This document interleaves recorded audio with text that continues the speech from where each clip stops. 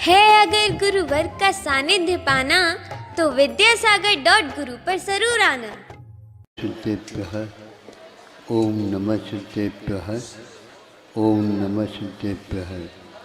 अहिंसा परमो धर्म की, आचार्य गुरुवर श्री कुंद कुंद भगवान की, आचार्य गुरुवर श्री ज्ञान सागर मुनि महाराज की, आचार्य गुरुवर श्री विद्यासागर जी महामुनिराज की।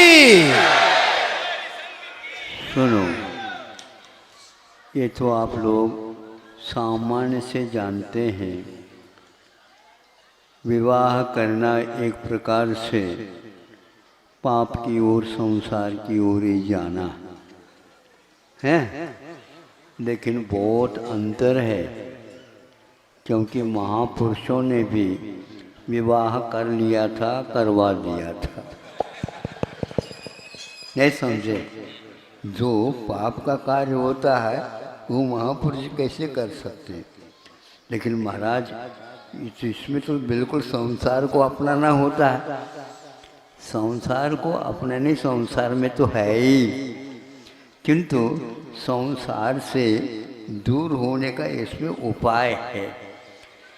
एक तो काम पुरुषार्थ वासना को सीमित बना देता है, और एक वासना पुरुषार्थ को ही मिटा देता है, उत्संकल्प हो जाता है।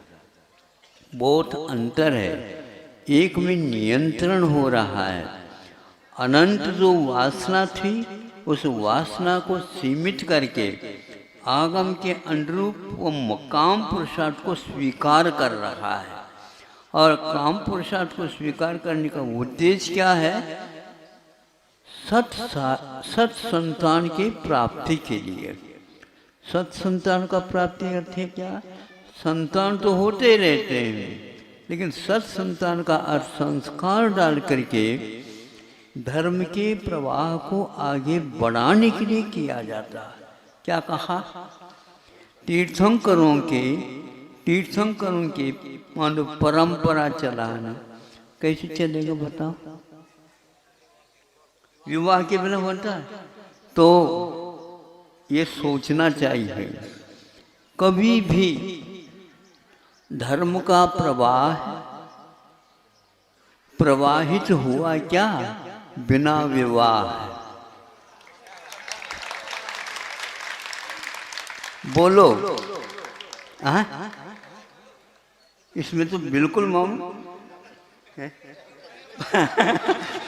पंडित जी आपका समर्थन नहीं कर रहा हूँ, लेकिन आपने आगम में जो काम पुरुषार्थ लिया उसका समर्थन में आपने विवाह किया। ऐसा है, ये वासना नहीं है। यह लौकिक पद्धति से आचार्यों ने ही कहा, इसको मांगलिक कार्य माना है ना। हाँ, घर में जो बहू आती है तो वह मांगलिक है, गृह लक्ष्मी के रूप में आई है। वासना को फैलाने के लिए नहीं, वासना के ऊपर अंकुश लगाने के लिए आई। समझे? विदेशों में यह रहस्य नहीं है। विदेशों में कई बार विवाह हो जाता है और कई बार छोड़ देते, तलाक हो जाता है। यहाँ पर विधि अलग है। इसलिए कि धार्मिक अनुष्ठान क्या होता है और वासना क्या होती है, इसका विभाजन इन कार्यों से द्वारा होता है। इसलिए संस्कार की विधि में आदि पुराण में जिनसेन महाराज जी ने ऐसा विस्तार पूर्वक इसका महत्व सजाया है, वह अन्यत्र कहीं भी उपलब्ध नहीं होता, केवल भारतीय संस्कृति की देन है।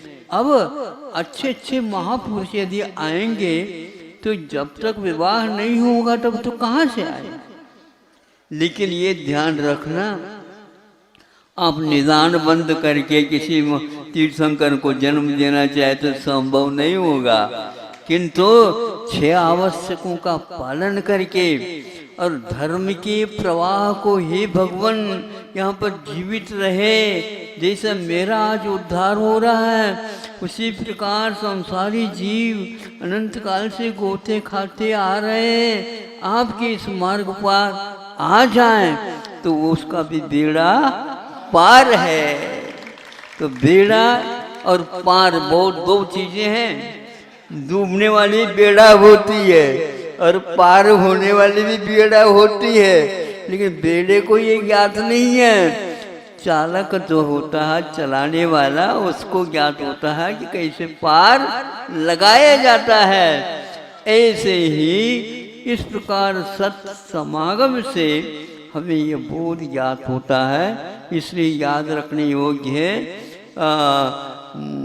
शादी का या विषयों की ओर जाना और विषयों के ऊपर अंकुश लगा करके सत संतान की प्राप्ति के लिए इसको स्वीकारना है।